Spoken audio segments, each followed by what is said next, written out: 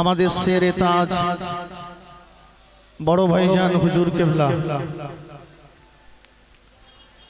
সম্মানিত মেম্বারে উপবিষ্ট ওলামায়ে কেরাম, হাফেজে কোরআন, সম্মুখে উপবিষ্ট দিন দরদি ইমানদার ভাই ও বাবাজিরা, সংক্ষিপ্ত সময়ে আমি আপনাদের কাছে দুটো একটি কথা আলোচনা করছি। ভাইজান বলেছিলেন দাঁড়িয়ে বলার জন্য, তো আমি প্রথমেই বেয়াদবির ক্ষমা চেয়ে নিচ্ছি। শারীরিক অসুস্থতার কারণেই আমি একটু বসে বলছি। আজকে আমরা যে এসেছি ফুরফুরা শরীফ আহলে সুন্নাত ওয়াল জামাত সংগঠনের 10তম অধিবেশনে। সংগঠন আমাদের জন্য একটা অত্যন্ত জরুরি। যে জাতির ইউনিটি নেই, যাদের একতাবদ্ধতা নেই, তাদের ধ্বংস অনিবার্য। আপনারা কি মনে করেন? আমাদের দরকার আমাদেরকে দলবদ্ধ হওয়া, একতাবদ্ধ হওয়া। আর তারই জন্য ভাইজান এই ফুরফুরা শরীফ আহলে সুন্নাত ওয়াল জামাত সংগঠনটা তৈরি করেছেন আমাদেরকে একতাবদ্ধ করার জন্য। তবে একটা কথা মনে রাখা দরকার, সবাই কিন্তু এই একতাবদ্ধতার মধ্যে আসতে চায় না, চাইবে না। কারণ কি? রাসূল পাক সাল্লাল্লাহু আলাইহি ওয়াসাল্লামের চরম পরম দুশমন ছিল আবু জাহাল।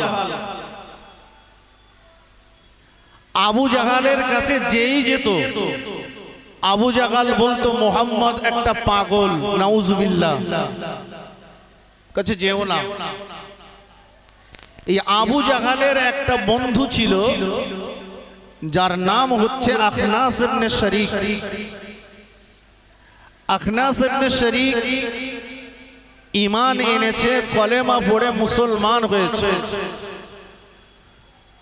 রাসূল পাক সাল্লাল্লাহু আলাইহি ওয়াসাল্লামের সঙ্গে মক্কা শরীফ থেকে মদিনা শরীফে হিজরত করেছেন।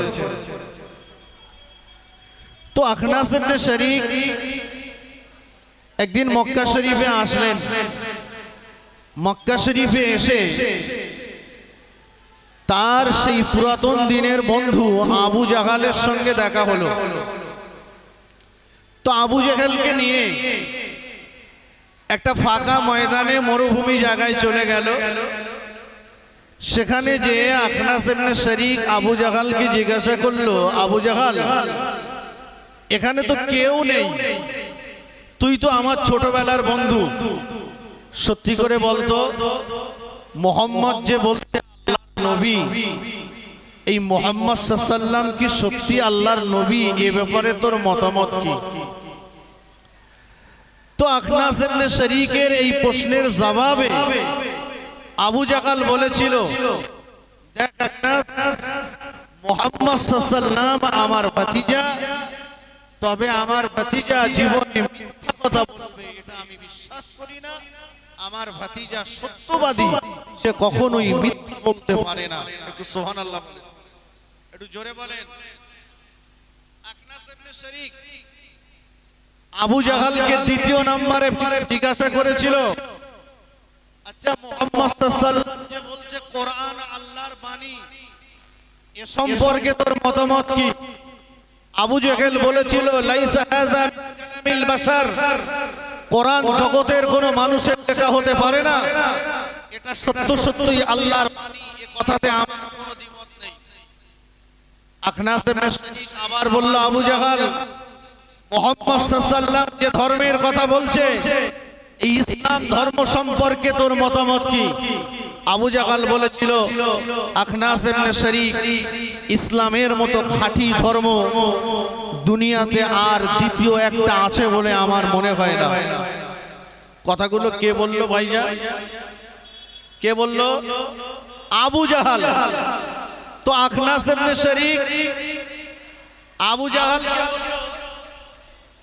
আবু জাহালকে বলল, আবু জাহাল তুই তো সব জানিস, সব মানিস, কিন্তু সত্য জানার পরেও প্রকাশ্যে জনসমক্ষে তা স্বীকার করিস না কেন?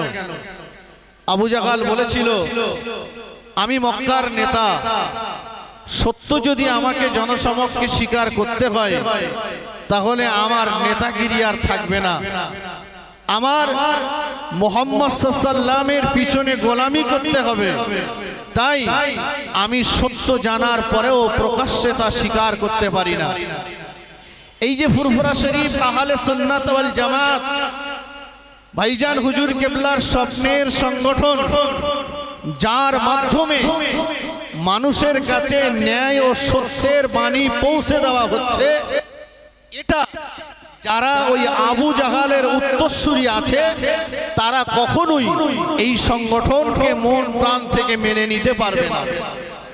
চলুন, নাম্বার 1, এই সংগঠনের উদ্দেশ্যে লেখা রয়েছে ধর্মপ্রেম, যার আরবি কথা হলো তাহফুজে দ্বীন, দ্বীনের সংরক্ষণ। আমরা জানি আজ থেকে 2500 বছর আগে মিশরের গদিতে যারা রাজত্ব করত তাদেরকে বলা হতো ফেরাউন। ফেরাউন কিন্তু লকাব, ফেরাউন কারণ নাম নয়। নবী মুসা আলাইহিস সালামের জামানায় যে ফেরাউন ছিল তার প্রকৃত নাম ছিল ওলীদ।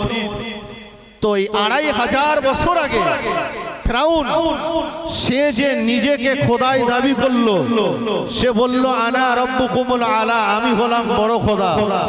ফেরাউন তার খোদাই দাবিত্বকে মিশরের জমিনে টিকিয়ে রাখার জন্য সর্বপ্রথম যে পদক্ষেপটা গ্রহণ করেছিল সেটা হলো মিশরের মাটি থেকে সমস্ত ধর্মীয় প্রতিষ্ঠানগুলোকে উৎখাত করতে হবে। মানুষকে যদি ধর্মজ্ঞান থেকে বিচ্যুত না করা যায়, ধর্মজ্ঞান থেকে যদি পৃথক না করা যায়, ধর্মজ্ঞান থেকে যদি আলাদা না করা যায়, তাহলে আমার এই খোদাই দাবিত্ব টিকতে পারে না। এজন্য ফেরাউন সর্বপ্রথম মিশরের জমিন থেকে ধর্মীয় প্রতিষ্ঠানকে উৎখাত করেছিল। আজকে 2500 বছর পরে এ জামানার কিছু ফেরাউনেরা তারা ধর্ম থেকে আমাদেরকে বিচ্যুত করার একটা ষড়যন্ত্র চালিয়ে যাচ্ছে, যার রক্ষণাবেক্ষণের জন্য ময়দানে নেমেছে আহলে সুন্নাত ওয়াল জামাত। আমাদের তার পাশে থাকার দরকার আছে না নাই? কথা বলেন। সংক্ষেপ কথা, মানব প্রেম, মানব ইসলাম বলেছে ভালোবাসার কথা। জাহেলিয়াতের যুগে একে অপরের প্রতি মায়া মমতা ছিল না। ভাইজান হুজুর কেবলা সংগঠনের একটা উদ্দেশ্য লিখেছেন মানব প্রেম। রাসূলুল্লাহ সাল্লাল্লাহু আলাইহি ওয়াসাল্লাম 1500 বছর আগে বলেছেন, সায়াতি জামানুন আলা উম্মতি তাখুদু কুলুবুহুম কাকুলুবিজ জিয়াব, খুব শীঘ্রই আমার উম্মতের ভিতরে এমন একটা সময় আসবে যে সময়ে মানুষের অন্তরগুলো হবে হিংস্র জন্তুর ন্যায়। আজকে যদি এর ব্যাখ্যা করি অনেক লম্বা সময় চলে যাবে। মুখে চেহারায় হাত পা রয়েছে মানুষ, কিন্তু অন্তর হিংস্র জন্তুর মতো। তারা হিংস্র জন্তুর মতো মানুষের উপরে যে অমানবিক অত্যাচার চালাচ্ছে, সেই অমানবিক অত্যাচার থেকে মানুষের মাঝে শান্তি ফেরাতে আহলে সুন্নাত ওয়াল জামাত ফুরফুরা শরীফ। একেবারে শেষ কথা, দেশ প্রেম, দেশকে ভালোবাসা ইমানের অঙ্গ। মনে রাখতে হবে, আমরা যারা মাইকের বক্তা, আমরা যারা আলেম, আমাদেরকেও কথাটা মনে রাখা দরকার। হযরত ইমাম হুসাইন রাদিয়াল্লাহু আনহুকে কখনোই কারবালার ময়দানে শহীদ হতে হতো না। ইমাম হুসাইন রাদিয়াল্লাহু আনহু যদি অন্যায়ের কাছে মাথাকে নত করতেন, কি ছিল তার উদ্দেশ্য? রাসূলুল্লাহ সাল্লাল্লাহু আলাইহি ওয়াসাল্লাম বলেছেন, দেশের লিডার কে হবে, দেশের মাতব্বর কে হবে, কে দেশ চালাবে, সেটা ঠিক করবে দেশের সাধারণ জনগণ। সাধারণ জনগণ যাকে ভোট দিয়ে দেশের নেতা বানাবে সেই হবে দেশ চালক। আর আমার পরে আমার ছেলে নেতা হবে, আমার পরে আমার উত্তরসূরি কেউ নেতা হবে। এটা হলো রাজতন্ত্র। রাসূল পাক সাল্লাল্লাহু আলাইহি ওয়াসাল্লাম রাজতন্ত্রকে করতেন না, তিনি গণতন্ত্রের প্রতিষ্ঠাতা ছিলেন। এই গণতন্ত্রকে বাঁচাতে যে হযরত ইমাম হুসাইন রাদিয়াল্লাহু আনহুকে মুনাফিকদের কাছে কারবালার ময়দানে শহীদ হতে হয়েছিল। আজ ও সে মুনাফিক দুনিয়ার জমিনে জিন্দা আছে। তাদের কুচক্রান্তের জাল থেকে বেঁচে আহলে সুন্নাত ওয়াল জামাতের ছায়াতলে এসে এ দেশকে আমাদের রক্ষা করতে হবে। আল্লাহ আমাদের সকলকে আল্লাহ যেন কবুল করেন, আমাদের ইমানি পাওয়ারকে আল্লাহ যেন বুলন্দ করেন। বলুন সকলে আমিন। ওয়া আখিরি দাওয়ানা আলহামদুলিল্লাহি রাব্বিল আলামিন।